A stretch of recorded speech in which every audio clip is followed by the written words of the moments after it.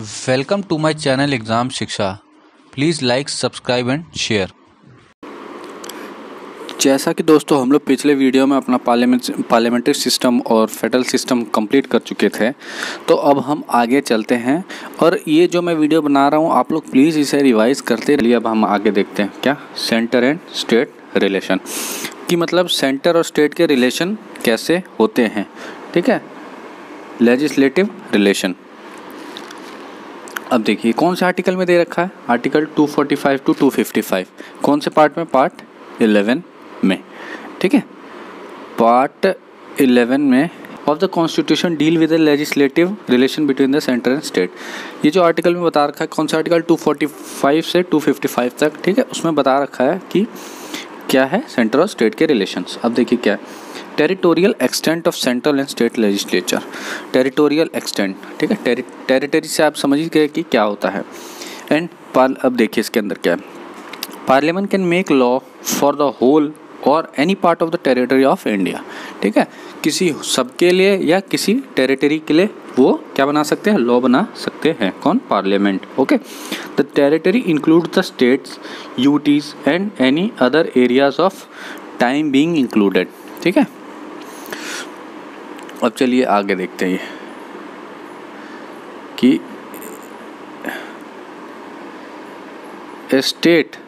State legislature can make laws for whole or any part of the state.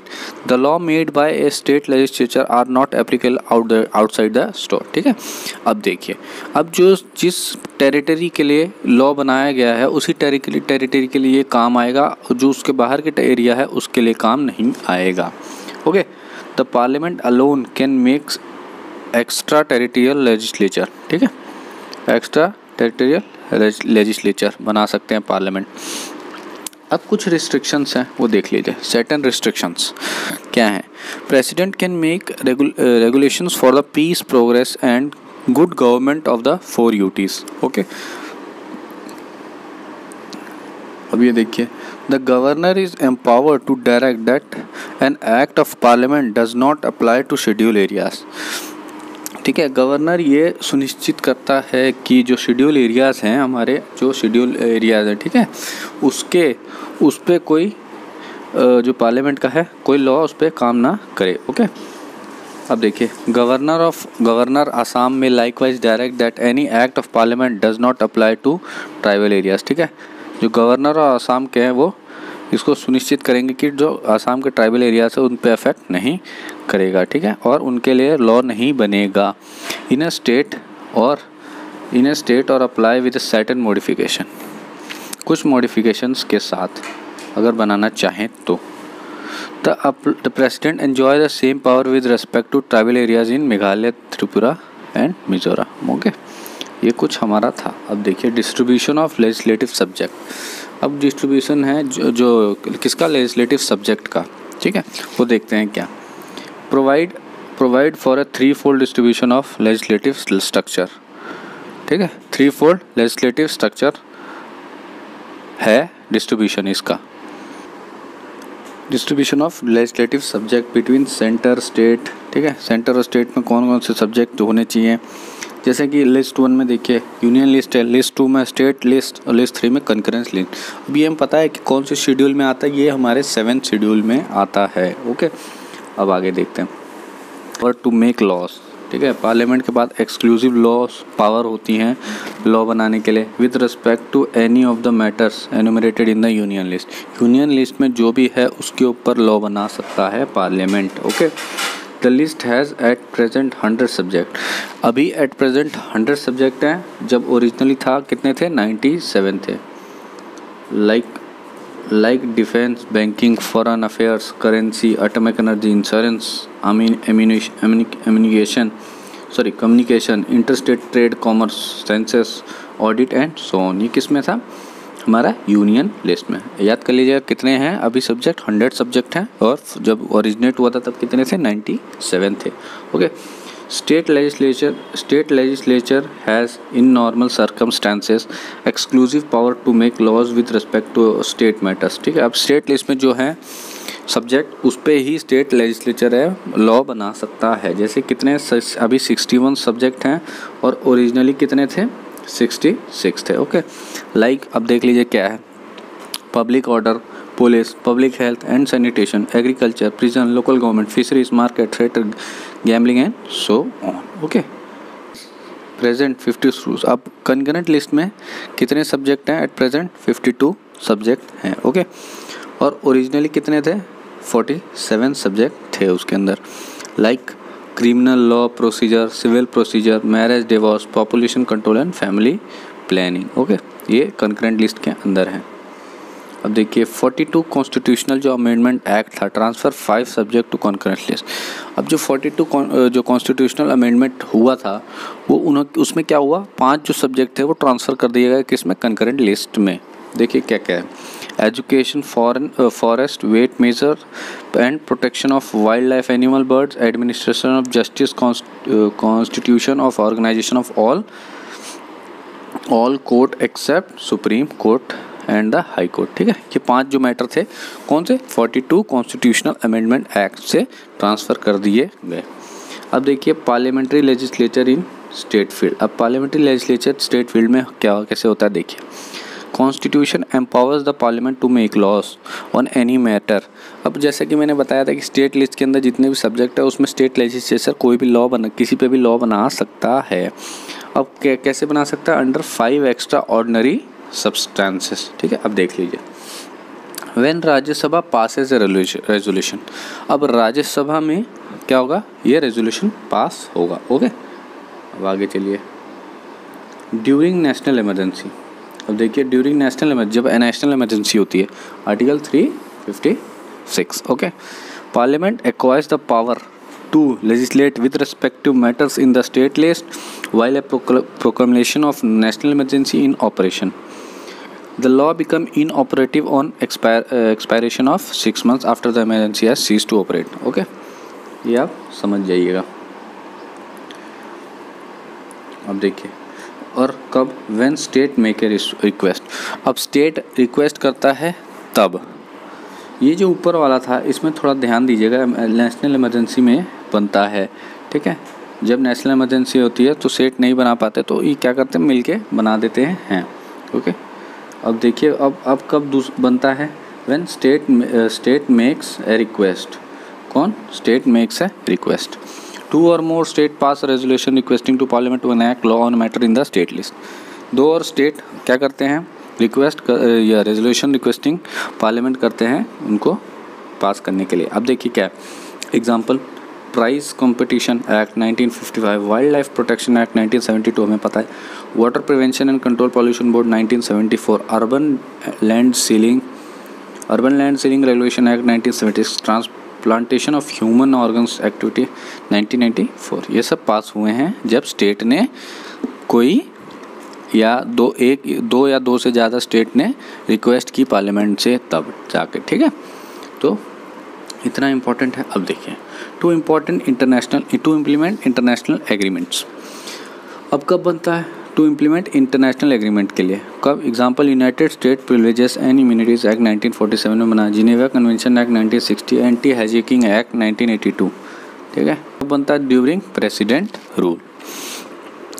अब ये देखिए जो 4th point है हमारा, centres control over state legislation. Central का कंट्रोल है स्टेट लेजिस्लेचर पर। The governor can reserve bill pass bye the state legislature for the consideration of the president. अब गवर्नर क्या करता है, जो बिल पास करते हैं स्टेट, उसको क्या करता है, रिजर्व कर लेता है अपने पास, किसके पास भेजने के लिए, प्रेसिडेंट के पास भेजने के लिए। ठीक है, कंसिडरेशन के लिए। Bill on certain matters enumerated in the state list. जो बिल है स्टेट लिस्ट के अंदर, जो बिल है मैटर्स किसके अंदर, स्टेट लिस्ट के अंदर, उसको the president can direct the state to reserve money bill. President है जो, वो क्या कर सकता है, मनी बिल को रिजर्व कर सकता है, and any other financial bill pass bye the state legislator during financial emergency में। ठीक है, जब फाइनेंशियल इमरजेंसी हो तब रिजर्व कर सकता है। अब देखिए क्या, एडमिनिस्ट्रेटिव रिलेशन।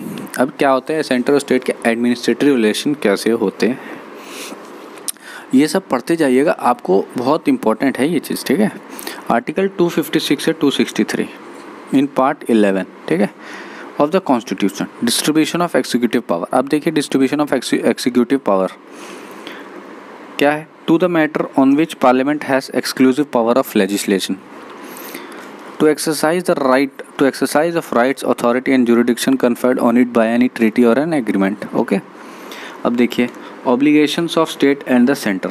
Obligation क्या है, state and center की. Two restriction है, as to ensure compliance with the law made by the parliament and any existing law which apply in the state. ये सब ऐसे ही है, ठीक है. And as not to impede or prejudice the exercise of the executive power of the state. अब देखिए article 365 क्या कहता है, say that where any state have failed to comply with any direction given by the center. अगर कोई state, article 365 में कहा है, अगर कोई स्टेट फेल करता है अगर सेंटर द्वारा जो दिए गए निर्देशों को, तो it will be lawful for the president to hold that situation which assent in which the government of state can not be carried in accordance, ठीक है. तो प्रेसिडेंट इसमें इंटरवीन करेंगे किस उसमें कि स्टेट गवर्नमेंट काम नहीं कर पा रही. अब देखिए centre's direction to state, centre का डायरेक्शन है किसको, स्टेट को. Construction and maintenance of means of communication by the state, the measure to be taken for the protection of railway within the state, railway का जो protection है वो with in the state होना देखना चाहिए. Adequate facility for the instruction in the mother tongue, adequate facility है. Mutual delegation of the function, cooperation between centre and state, ये सब चीज़ें देखिए. अब देखिए cooperation between the centre and state. The parliament can provide for the resolution of any dispute or complaint with respect to the use, distribution and control of waters of any state, river, valley. President can establish under Article 263 can interstate council to investigate and discuss subject of common interest between the state, ठीक है. President क्या करता है, interstate council बनाएगा किसके लिए, investigate करने के लिए दोनों की प्रॉब्लम को. Full faith and credit is to be given throughout the territory of India to public at record and judicial proceeding of the center and every states. Okay, constitutional provision relating to interstate freedom of trade, commerce and intercourse, but no such authority has been appointed so far. अभी तक कोई भी नहीं हुआ है. Okay, ये वैसे बहुत बड़ा जाएगा, ठीक है, तो ये हम देख लेते हैं, अभी इसको हम कंप्लीट कर लेते हैं. ऑल इंडिया सर्विस के लिए देख लीजिए, recruited and trend by the centre. कौन रिक्रूट करता है और ट्रेन करता है, सेंटर करता है. 1946 में ICS को रिप्लेस करके IAS बनाया गया, IP को रिप्लेस करके IPS बनाया गया. In 1966 the Indian forest service was created. कब बना, 1966 में, ठीक है. आर्टिकल 312 क्या authorise the parliament to create all India new service on the basis of Rajya Sabha resolution, ठीक है. आर्टिकल जो 312 में कहा है कि वो बना सकते हैं कोई भी ऑल इंडिया सर्विस राज्यसभा में रेजोल्यूशन पास करने के बाद.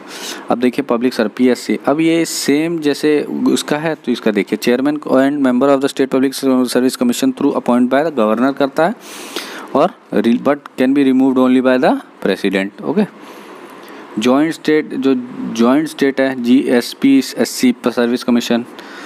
Parliament can establish for 2 or more state the chairman of vice appointed by the president. UPSC can serve the needs of the state governor with the approval of UPSC. The UPSC assist the state in framing operating scheme of the joint recruitment for any service. कोई भी उसके लिए UPSC assist करता है. Integrate judicial system relation during emergency. Other provisions, अब other provisions में देख लीजिए, provision which enable the centre to exercise control over the state administration. Article 355 कहता है impose 2 duties of the centre, 2 duties है impose करता है. To protect against external aggression and internal disturbance, to ensure that the government of every state is carried in accordance with provision of the constitution. अब extra constitutional device देखिए, promote cooperation and coordination between the center and the state. Non-constitutional advisory include the planning commission, now NITI Aayog हो गया, अब NDC, ठीक है. Central council and local government and urban development of the zonal council. Relation है वो हम अगले lecture में डालते हैं, क्योंकि अब ये वीडियो ज़्यादा लंबा हो जाएगा तो दिक्कत हो जाएगी. ओके, तो वीडियो कैसा लगा प्लीज़ लाइक सब्सक्राइब शेयर करना मत भूलिएगा. Thank you.